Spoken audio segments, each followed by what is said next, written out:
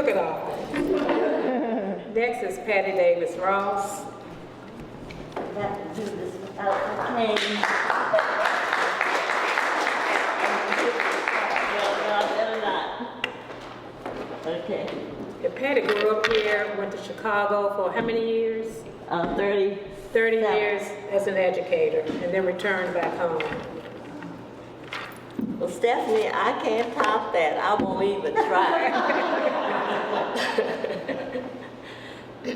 Well, Pearl's still here. She's gone. Pearl, I'm 84, so I'm going to use my notes.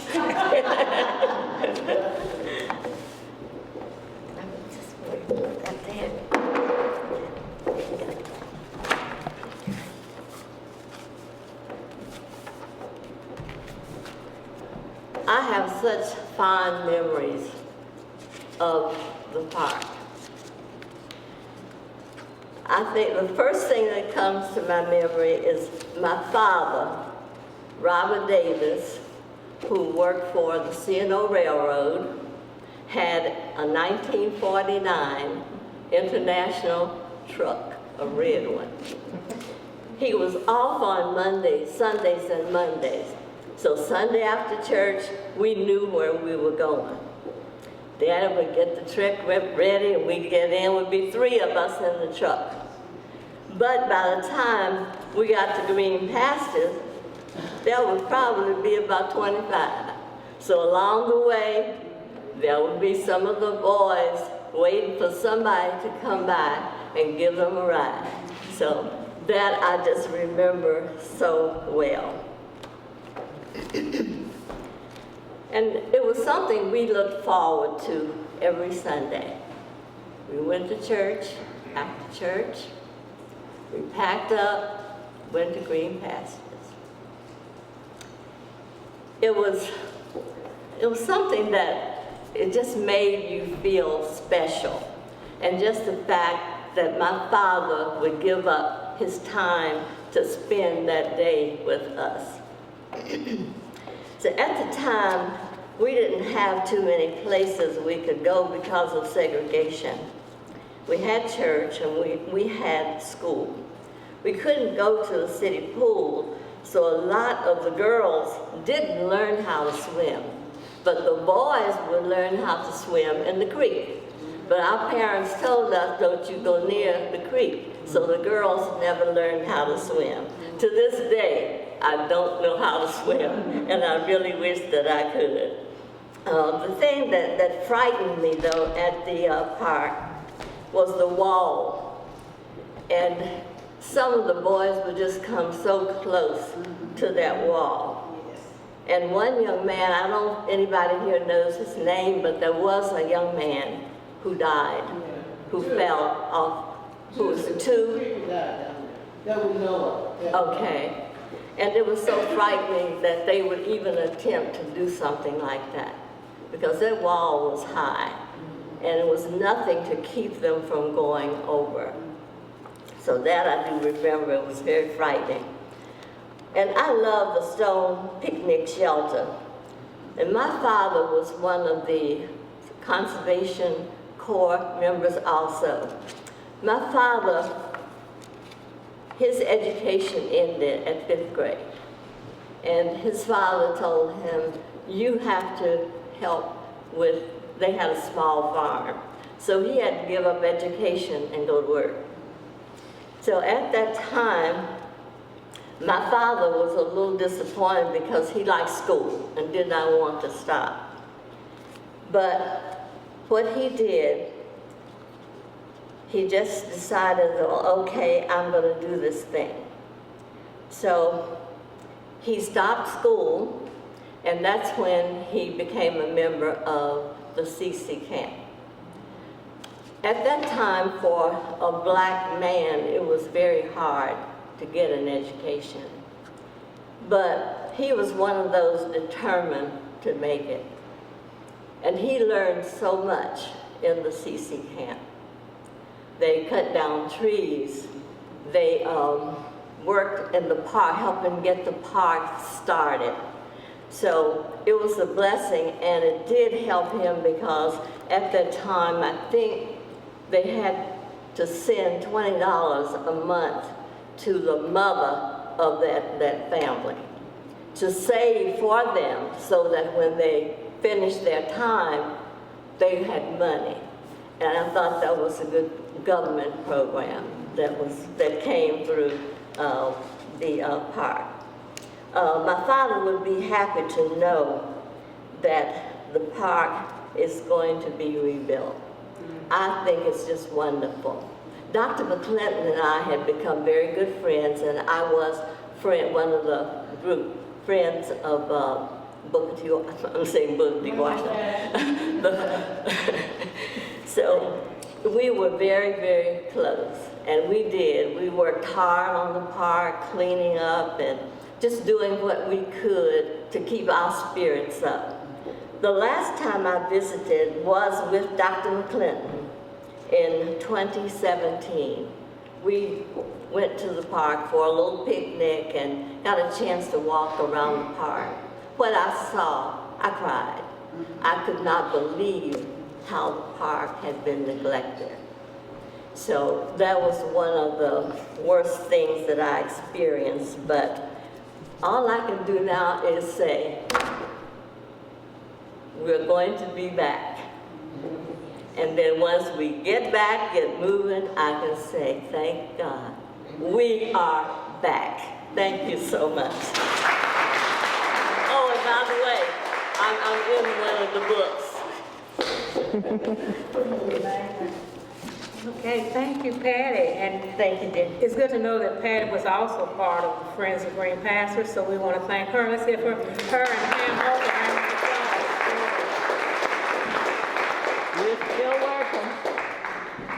And to hear the history of your father working with the CCC. That was good to hear. So we hear so many different stories, so many different experiences, and everybody has an experience, everybody has a story. Next is Adam Bresnehan. How do I pronounce that? Adam, your last name. Am I up? Yeah. Your last name, tell me. Bresnehan. Okay. Thank you. Yeah, I'm Adam Bresnehan. I am the park manager at Green Pastures, at Douthat, and Falling Springs Falls. It is an honor to be here working with you great people and to be part of this, the grant through the MAV project. I was thrilled to hear about this. I came to Douthat, it's been 2 years now, and when I started learning about the history of Green Pastures, it's fascinating. And when I go out there, it's really remarkable hearing your guys' stories. It feels like such a sacred place when you go out there, and it's just such a peaceful, calming place, and I see so much potential there, and I'm so excited to get this grant to kind of get the ball start rolling again. As you guys know, it's been open for a couple years now, and I had a mentor tell me one time that baby steps when you work in the government, and some of you guys can relate, are like giant leaps. So the fact that it's open today, it is still seasonal. I hope to have someday in the near future that it's open year-round. We have some funding to put some infrastructure there. There's no running water there right now. There is power to some place, to one location there, but there's a lot of work to be done still. And this is the kind of groups that we need to get this thing going and make it what it should be. It's a beautiful place to go out there just today as it is, as a day use park. But like I said, I see so much potential there. And I've already been able to take my family there and start building some experiences. We have my kids out there, they're 4 and 5, running around, running across the new bridge there, going down to the creek, or the crick as I say, and going down there and trying to keep them from falling in the water and having fun and just imagining all the great things that happen there. And hearing you guys talk about food, I wish I could have been there. That sounds amazing. And you guys cleaned up after yourselves too? I mean, what happened? I wish we still had that community I think we still do. I think we can still get back there, but I am somewhat jealous of hearing, as a park ranger, you know, we pick up a lot of trash, and it's great to hear you guys telling your stories, and it's just so exciting. I'm so excited to see where this project went with a final finished product, and putting all these stories out there, and getting this so when people come out there, they can go on the trail, they can see what the actual history of it is, you know, and I envision us, you know, putting the signs up on the interstate whenever you go past and you see Green Pastures and all this great stuff. So just bear with us. It does take time, but we are working on it. We want to see it get back to where it was. We want to see the families and the churches and all the friends coming back out and see that kind of stuff back there again. It's just such a magical place. And you have cell phone service there, which is nice too. So, but compared to Douthat. Yeah, if you guys are ever in Douthat, in Green Pastures, you want to come out and talk to, I would love to continue conversations with you guys. It's just so wonderful to see people out. I will put a shameless plug out. We are always looking for Friends Group members, and I know there's been a Friends Group that was instrumental in getting this park reopened and leasing it from the U.S. Forest Service and letting it become its own state park.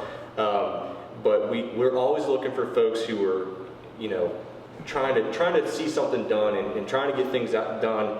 And I think with the Friends Group of Green Pastures, working with the Friends Group of Douthat, and then we have Falling Springs Falls, there's just so much stuff that we could do, and we need people like you guys out there helping us to support these initiatives and things like this. It's an honor. Thank you. I feel very blessed to be here. Thank you. Thank you. Hannah Johnson. Hannah is also with the forestry. Well, State Park. And State Park. And Hannah and Adam bring so much positive energy to this reopening and to Green Pastures, and you can feel their passion. So thank you very much. Thank you for having us. Thank you.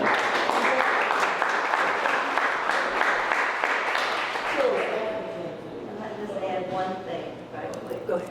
One good thing that came out of Green Pastures, on my father's truck was a young man named Vincent Ross, who became my husband in 2004. But he finally let me know. He said, I enjoyed going to Green Pastures, but he said, the main thing I went for is to just be able to look through that window and see you. Yes.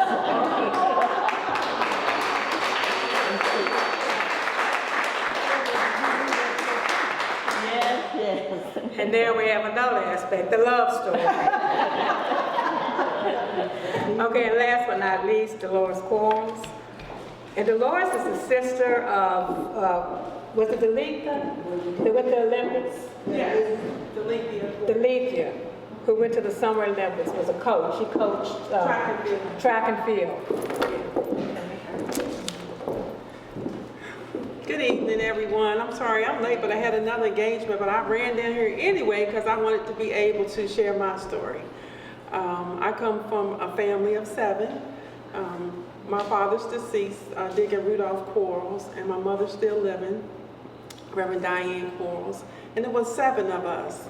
And so when they started talking about Green Pastures, and I was just thinking today, I was just like, what is my story? But it was such fun times for us. We used to go with the churches to Wrightsville Baptist Church. We would go with the Sunday picnics and stuff. And my grandmother was Miss Christine Quarles, and she was a great cook. And we could always depend on rolls and homemade ice cream. Oh yes, I could just sort of smell the rolls or whatever, but was plenty of food. And Green Pastures to me was like a vacation away from Covington. Even though it's like 15, 20 minutes away, it was like our little vacation. We didn't get to go a lot of places. Our father did afford us to go on some vacations, but not very many, because he was just a regular blue-collar worker that worked at Hercules. And so, but we went to Green Pastures. We thought we was going somewhere. And so we went there, and all my fondest memories is being able to enjoy all the food in the water. I can't swim, still can't swim.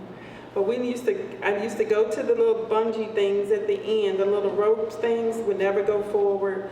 And I can remember all of us pretty much were athletic fans, so we can remember playing games, playing softball, and my memories of just my father being able to take us all down in that small car with 7 of us, but he made sure that we all made it and got to go to Green Pastures. So I just want to know, I don't have a large story, but it's internals in my heart, and I was so excited to hear about history preservation. As you all well know, that I lived in a community, there's some that don't know me, I live in a community where Dr. McClinton lived, in Wrightsville. I still live there. Dr. McClinton was a big part of this Friends of Green Pastures, and he did a lot of initiative and a lot of great efforts and stuff. And of course, we just finished our community in Wrightsville, and we got our grant, so we finished the infrastructure and the housing piece of it, so we're very excited. And I just tell Doc, the legacy lives on. The legacy lives on. And I just feel like, you know, we have to take time out of our schedules in the evening, and we hustle and bustle and going, but I want to hustle down here and just share my little part of it and be a part of the solution. Be a part of the solution. And history preservation from doing the Wrightsville project is very important to me. It was a lot of hard work. It was a lot of sacrifice. But we're trying to encourage other people to come out for 5, 10, 15 minutes, an hour of your time, and let people know that it's important to you, that your community is important to you. If it's not important to you, it's not going to be important to no one else, you know. But I wanted to hear some of the stories. Some people have reached out because I had posted a couple places, and they want to share their stories. So I hope there's an opportunity or a contact person that maybe somebody can record or write or something like that, that they can share their stories, because all I hear is fun times, fun times, fun times, fun times for Green Pastures.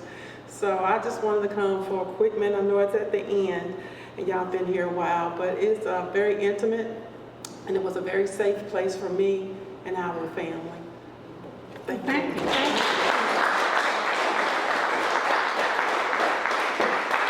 And I love her telling vacation, that it was a vacation. And ice cream, love ice cream and hot roll. But we see so many different stories. Everybody has an experience, and everybody's had such a great experience. And we thank you for sharing yours. Yes, thanks.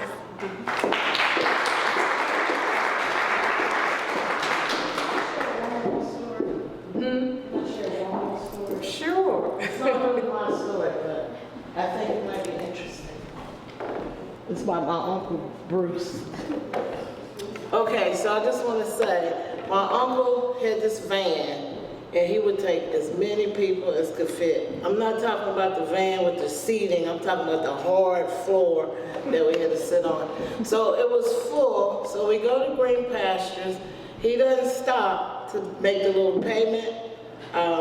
So he got a call sometime later telling him he won the lottery, and he had to come to Lexington to pick it up. And that's when he found out that they were getting him for not paying at the gate at Green Pastures.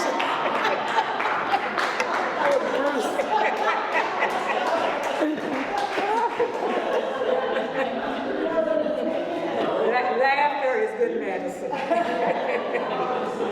Okay, thank you all for sharing your stories. And Green Pastures does have a significant history.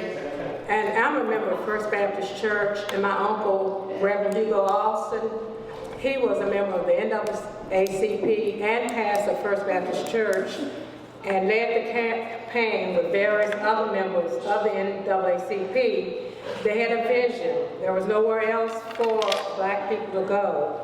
And so they had a vision. They wanted a place for recreation, relaxation, restoration, reunion, spiritual retreat for our people. And so these leaders came together, and eventually Green Pastures was opened.